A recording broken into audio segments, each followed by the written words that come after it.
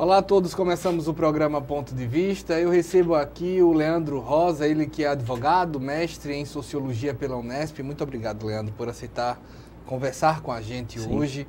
A gente que tem discutido de diversas formas os movimentos, mas antes de tudo eu queria ver se existe algum paralelo entre a questão, entre o quilombo e os movimentos sociais, por exemplo. Eu queria agradecer o convite, né? Eu como membro do Instituto do Negro de Alagoas, reforço, tá falando desse assunto em vários lugares, isso reforça a nossa luta, reforça a necessidade, né, de mostrar que a questão, e hoje, num dia especial, né, hoje é dia 21 de março, um dia que a própria ONU escolheu para ser um dia mundial de combate à discriminação, é importante a gente estar reforçando algumas ideias e alguns conceitos. Essa pergunta, né, vem bem em cima do meu objeto de mestrado, da minha dissertação, onde eu pude verificar que o quilombo foi um dos nossos primeiros movimentos sociais. Foi uma das primeiras organizações sociais onde as pessoas, né, o negro escravizado, pôde, né, em diferentes formas, né, não só no modelo que a gente tem, que é o modelo principal da nossa historiografia, que é Palmares, mas de várias outras formas, o escravizado pôde se unir até aos brancos pobres para resistir, né, à escravidão, resistir de forma organizada a tudo que ele passou, né, nesses 350 anos que vigeu o regime de escravidão nesse país. O Quilombo dos Palmares é o mais simbólico dos quilombos? O Quilombo dos Palmares é aquele, né, segundo a historiografia, que mais durou, que maior, né, que mais se estabeleceu, e, portanto, que mais deixou, né, resquícios históricos, o que mais a historiografia mostra, né, a resistência foi o mais feroz contra ele, mas mostrou também que, muita gente chama de República de Palmares, né, que foi ele vigeu por um período muito grande, e o que é muito pouco falado é que ele, na região, aqui na Serra da Barriga, né, ele interagiu. Porque às vezes quando você lê um livro oficial de história, parece que era uma fortaleza sem contato com a sociedade, né? Não, muito pelo contrário. Você vai buscar que existe, me permita, sim. De uma certa maneira, pelo que eu li já, existe inclusive uma atividade política desse quilombo, né? Existiam trocas comerciais, existiam, tanto que o que se fala, né, oficiosamente, que o combate, né, ao quilombo se dava em torno de recapturar escravizados, mas não, é porque ele estava num local estratégico, né? Aquela região, até hoje, né, é um local estratégico de terras férteis e terras que esses escravizados trabalharam nela. Então, não era só questão de apresamento, a questão era de propriedade posse, rural também. de propriedade, né, de estabelecer, né, é mais fácil você ir atrás da região já, né? Mas, Leandro, não seria também um símbolo, exemplo, quando a gente vê em qualquer cidade, eu digo isso de forma mais ampla possível. Eu conversava ontem com o secretário de Segurança Comunitária e uma pergunta que eu fazia para ele era a seguinte: dá para replicar o processo? Ele, dá, a gente quer replicar processos iguais em Caruaru. Eu fico imaginando que a gente pode afirmar, me diga se eu estou errado, que o quilombo foi durante muitos anos um exemplo de sucesso em termos de resistência. Para além, né, da questão prática, né, para além da questão de ocupação, que agora há pouco eu falava. E de defesa, além disso, existia uma sociedade. Né? Uma sociedade organizada, existe o exemplo, né, a força do exemplo. Então, né? Não tinha também, mais do que uma questão de propriedade rural, não tinha também um medo de que o modelo fosse replicado? Com certeza, com certeza. Aliás, essa palavra medo, né, é uma palavra que sempre permeou todo o período escravocrata brasileiro. E tem um fato bem estudado, é a questão da Revolução no Haiti.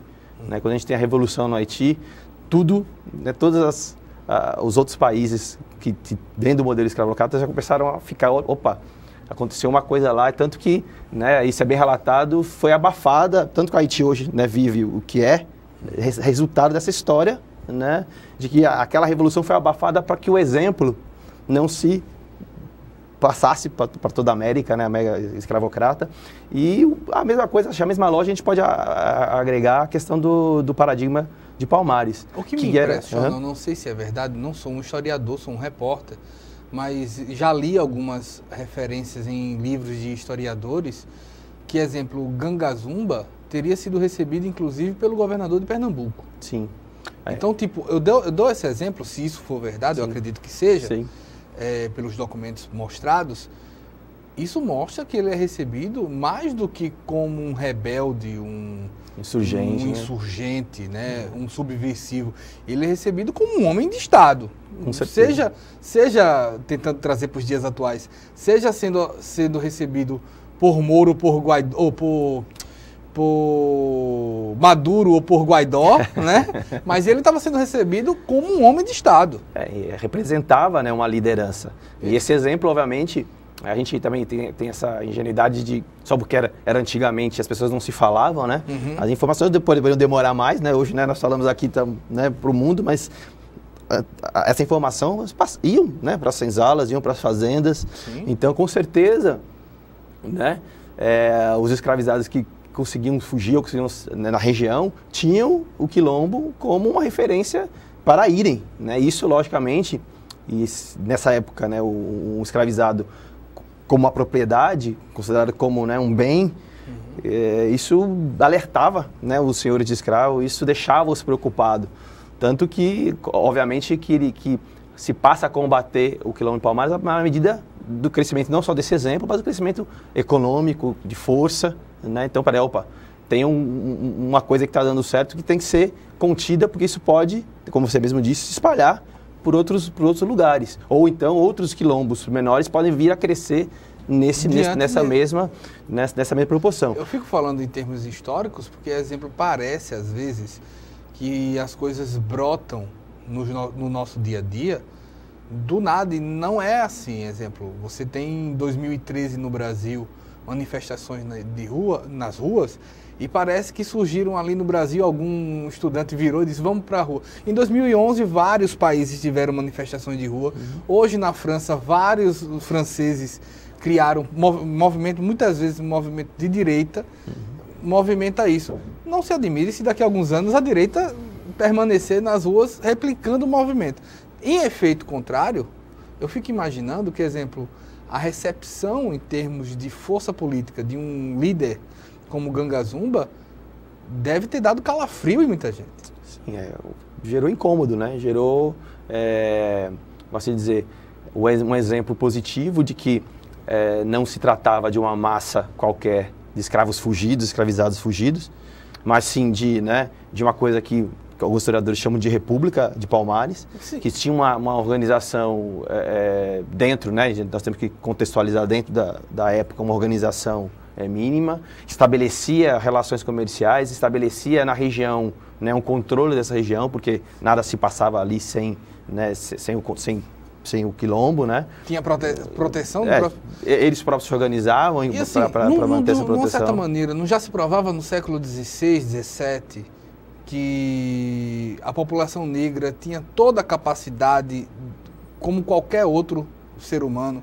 Eu digo isso de uma forma porque se você for resgatar esse século, você vai ver até a Igreja Católica, ou principalmente a Igreja Católica, tentando inferiorizar, animalizar uma população negra. Concorda comigo? É que a gente imagina, né, que isso também é um mito que deve ser quebrado, de que o escravizado, né, eu uso a palavra escravizado, quero deixar bem claro, porque certo, ninguém nasce escravo, torna-se, né? E nesse sentido, nesse processo de tornar-se escravo, o comércio escravagista, ele não era um comércio, né, como se romantiza, entre aspas, chega em África e, né, se sequestra e traz. Não, era um comércio especializado. Então, por que a África? E por que o africano? Porque ali se trazia a pessoa que os africanos, desde antes de Cristo, já manuseavam o aço, o ferro. Então, é um mercado especializado. Se buscou essas pessoas, não só pela força, não só pelo, né, as características físicas, mas também pela sua inteligência. Então, assim, não é falar, e aí se vendeu muito do escravo boçal, esse é o boçal. Não é isso. Foram sequestradas pessoas, né, que já tinham uma certa expertise na sua área e que vieram para cá... E que tinham consciência social, né? Porque, por exemplo, se eu não estou enganado, vieram príncipes, reis, né, no caso, chefes de sociedade. Vieram pessoas altamente especializadas, né, e isso influenciava no preço, no valor desses escravizados, e isso muito pouco se fala. Eles eram reféns?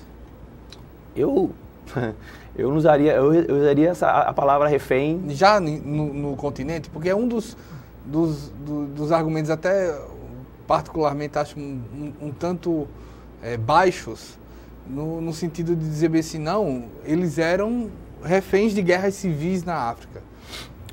Também outra... que são vários romantismos que a gente tem que começar, né, a mergulhar na história e dizer, né, que ainda é uma falácia, né, que diz, mas a culpa da escravidão também é dos negros se escravizar. Não é assim, não é tão simples assim. Como se importasse, né? Não é tão simples assim, né? Obviamente em África, como até hoje, né, existem em qualquer lugar, né, independente do continente, há, óbvio, brigas civis, guerras, né, e obviamente perdedores e ganhadores. E obviamente que o europeu, ele nesse contexto, ele se aproveitou muito. Se aproveitou do índio muito, aqui também, né? Como o índio, como na América Central, né? A frase, né? Que era dividir para conquistar. Dividir para conquistar. Né? Então, muito... Porque assim, a história da escravidão na humanidade, ela é muito antiga. Sim. Ela vem desde a antiguidade. Só que na quadra moderna, ela se tornou, né? Dentro do mercantilismo, ela viralizou uma coisa... até para mover esse próprio mercantilismo, e é base, né? Muita gente fala que o dinheiro do tráfico negreiro é o dinheiro que deu base ao capitalismo que nós conhecemos hoje, né? Por quê? Porque era muito dinheiro. Então, nas duas pontas. Então, tinha gente que ganhava em África, o próprio africano, como gente que ganhava, né, nas colônias, não só no Brasil, em outras colônias. Então, não é uma história da humanidade, né? Não é assim a culpa, a gente tem muito essa questão de colocar a culpa, né, no outro, sim. E aliviar a nossa barra. Não, é uma história da humanidade. Então, a escravidão da antiguidade, você tinha a escravidão por dívida, ou né, e o status do escravo, se ele chegasse... se irmanasse a família, ele se tornava ou se pagasse a dívida, ela acabava, por exemplo. Uhum. Mas quando a gente tem na quadra moderna a escravidão, nos moldes que a gente conheceu no Brasil, era de transformar aquele ser humano em coisa, né, em res, e negociar o máximo possível e manter, né, aquela sua coisa funcionando para dar trabalho, para fazer trabalho, para gerar lucro, né, e para colonizar. Então, assim, a gente não pode pensar que era uma coisa aleatória, não era. Não pode pensar que era uma coisa apenas, né, de falta de humanidade. Não, era uma coisa comercial, era uma indústria. Tráfico é uma indústria e esse dinheiro, ele depois vai financiar o café, depois vai financiar a indústria, né, e o mais irônico de tudo é que quando há a virada, né, para a industrialização, o que se diz, o que se prega, né, é que os negros eram incapazes de trabalhar na indústria. E aí chama, né, tem a convocação aí, né, dos imigrantes, né, que aí tem outra questão que seria do próprio política de branqueamento, né, se dizia que em 100 anos, trazendo elemento, né, a pretensão, né, política. Política foi uma opção de Estado, isso tem que ficar claro. Né, que se trazendo o elemento europeu para o Brasil, em 100 anos a população negra desapareceria. E a gente está vendo que não é isso que aconteceu, né? Estamos vendo que hoje, em termos do IBGE, a população negra, e aí quando eu falo negra, pretos e pardos, né? Hoje, se você for ver, passa de 50% da população. Não, com certeza. Quando se pensa no sentido de comparação com outros países, me deixa um tanto intrigado, eu queria a tua ajuda nessa análise. Há muitas décadas, há quase 100 anos, eu acho que você tem historiadores de várias áreas, inclusive um aqui vizinho, que é o Freire, e ele dizia o seguinte, exemplo, o Brasil é um país que miscigenado. O que gera uma seguinte pergunta. Você vê em estádios de futebol europeu manifestações extremamente absurdas. E vê também isso em alguns estádios como o da Argentina. O brasileiro não tem essa tradição, posso dizer assim, não sei se você pode dizer, não nesse sentido, não nessa forma agressiva do jeito que é. O racismo aplicado no Brasil, existente no Brasil, ele é mais danoso do que um racismo? Ou é possível configurar, categorizar, classificar, ranquear? Eu acho que a questão da discriminação, seja ela qual for, só para a gente pôr numa base, seja ela qual for, seja racial, seja, enfim, ela não é possível ranquear, toda ela é devastadora, toda ela machuca. No caso brasileiro, nós temos sim um racismo à brasileira, né? E esse racismo à brasileira, eu não diria que ele é pior, porque é tão nefasto quanto o americana ou da África do Sul, mas ele tem uma característica que ela se resume numa frase do Florestan Fernandes, que já virou clichê nessas discussões, que é: o brasileiro tem preconceito e tem preconceito.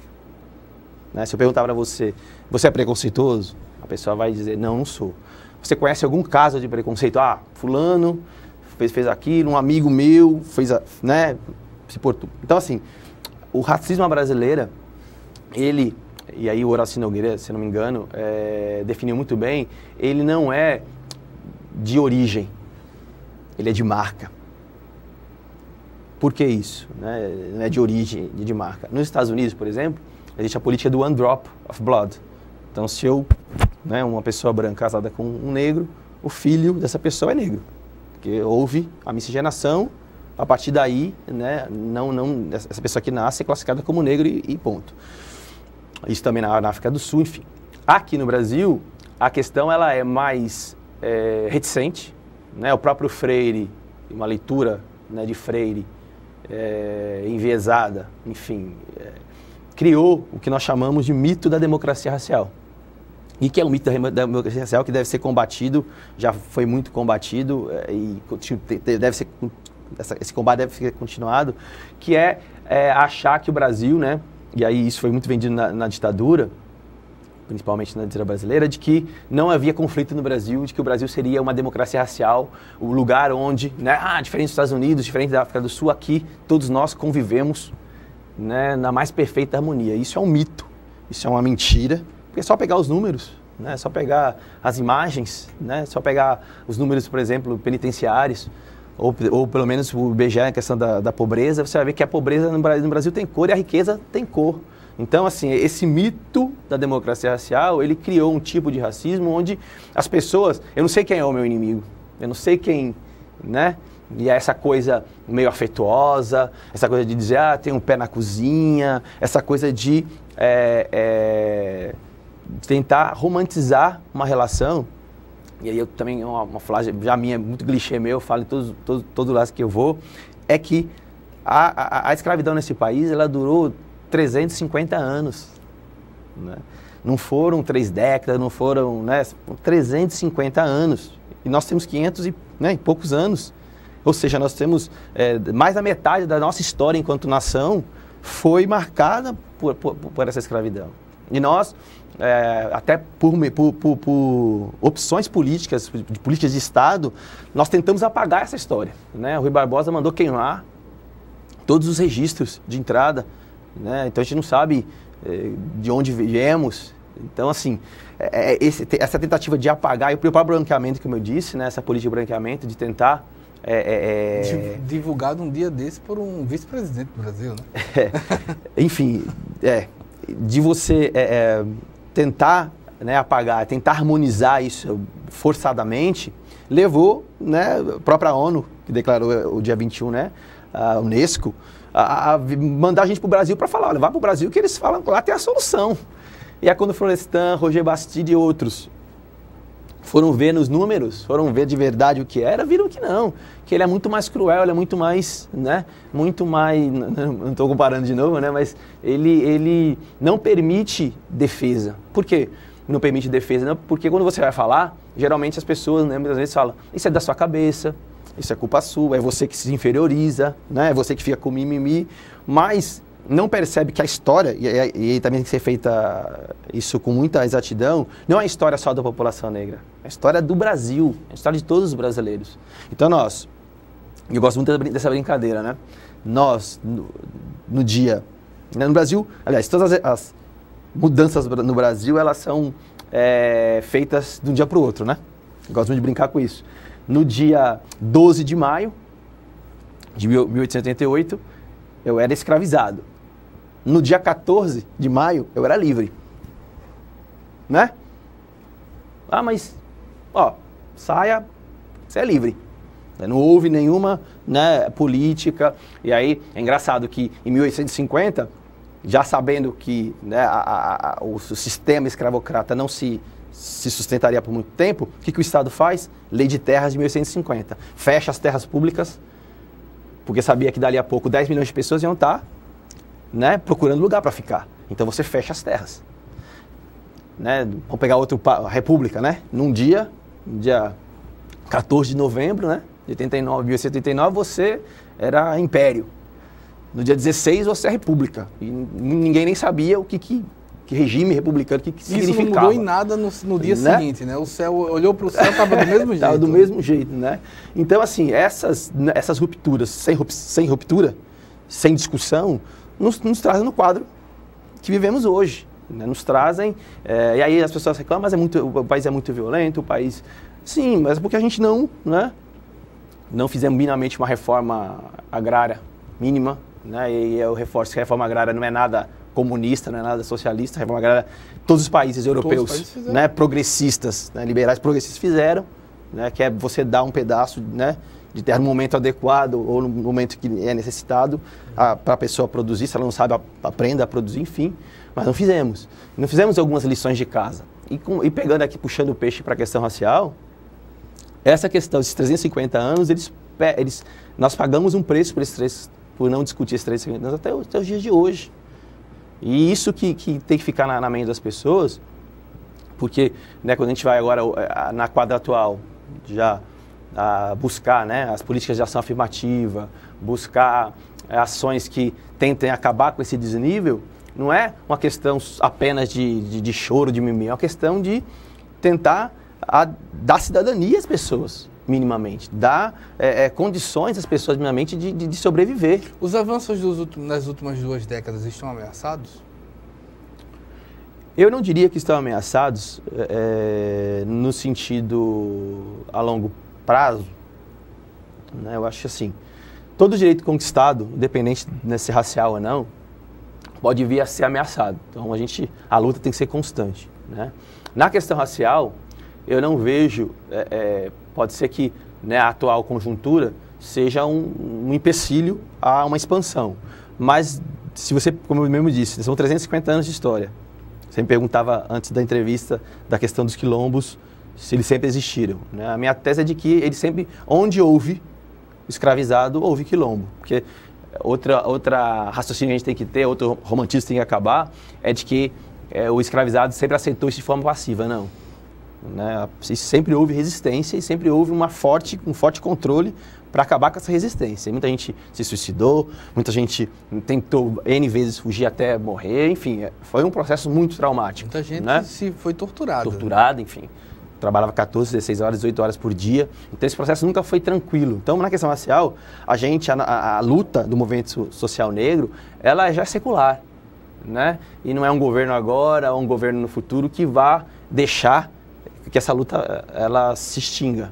Pode ser que conseguir novos direitos sejam mais difíceis, mas, enfim, essa luta ela sempre existiu, na minha visão de ver, ela sempre existiu e ela sempre encontrou barreiras e infelizmente, talvez encontre outras. Eu digo isso porque, de uma certa maneira, o atual presidente já declarou claramente que é contra a permanência da política de cotas, por exemplo. Enfim, Isso daí preocupa? A cota é necessária? O presidente também, em outros momentos, disse que ia deixar isso para o Congresso, né? Também decidir, né? E aí externou uma opinião acho que dele. Então, assim, do ponto de vista da política pública, eu não vou entrar nem em opiniões pessoais, do ponto de vista de política pública, a população negra nesse país, ela vota, a população negra nesse país, ela consome, a população negra nesse país, estando ou não em movimento social, ela representa esse país. Então, assim, numa democracia, se é que nós estamos numa democracia, ela conta.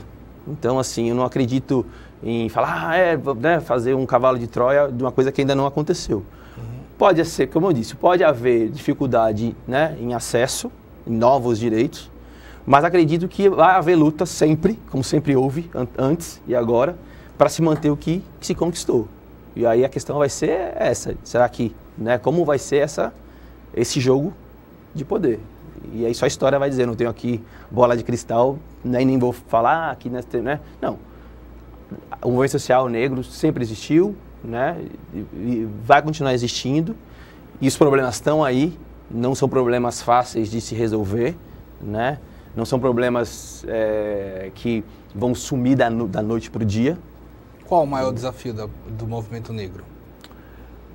Eu acho que o maior desafio do movimento negro é se organizar, assim, em termos de estar nos locais de poder, né? Nós temos, infelizmente, ainda baixa representação, né, nos locais de decisão. Muitas vezes se usa o termo minoria, né?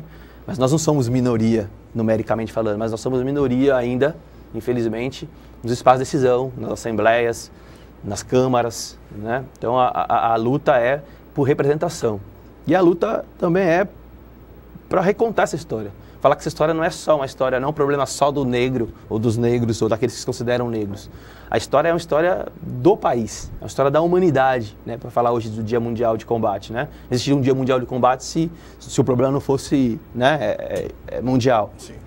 Então, eu acredito, são N as possibilidades do movimento social, hoje N os problemas, mas o principal deles é mostrar, né? É dar referência às crianças negras, pardas, pretas e pardas, brancas, pobres ou não, dar referência, mostrar que, como você mesmo disse e percebeu, que somos capazes, sim, de ocupar lugares de poder, somos capazes, sim, de realizar políticas públicas, né? Isso que o INEG, é uma preocupação do INEG, no Instituto Negro de Alagoas, vem cobrando, né? Nós cobramos a FAPEAL para que existam cotas para pesquisadores negros. Estamos em vários projetos, temos um projeto agora com a Polícia Militar para policiamento comunitário, para conversar com os policiais comunitários sobre a questão étnico-racial, mostrar como essa história se deu. Tudo isso para a gente minimizar, para a gente dar à população, né, no geral, mais pertencimento de onde ela veio, do que ela é, e mostrar a importância da população negra para a construção desse país. Né? Porque foi uma contribuição de base, né, de uma construção não só prática, como cultural. Leandro Rosa, advogado, mestre em Sociologia pela Unesp, queria agradecer bastante. A gente fica à disposição para retornar quando quiseres. Tá certo, eu estou sempre aberto a convites. A gente vai para um breve intervalo e volta já.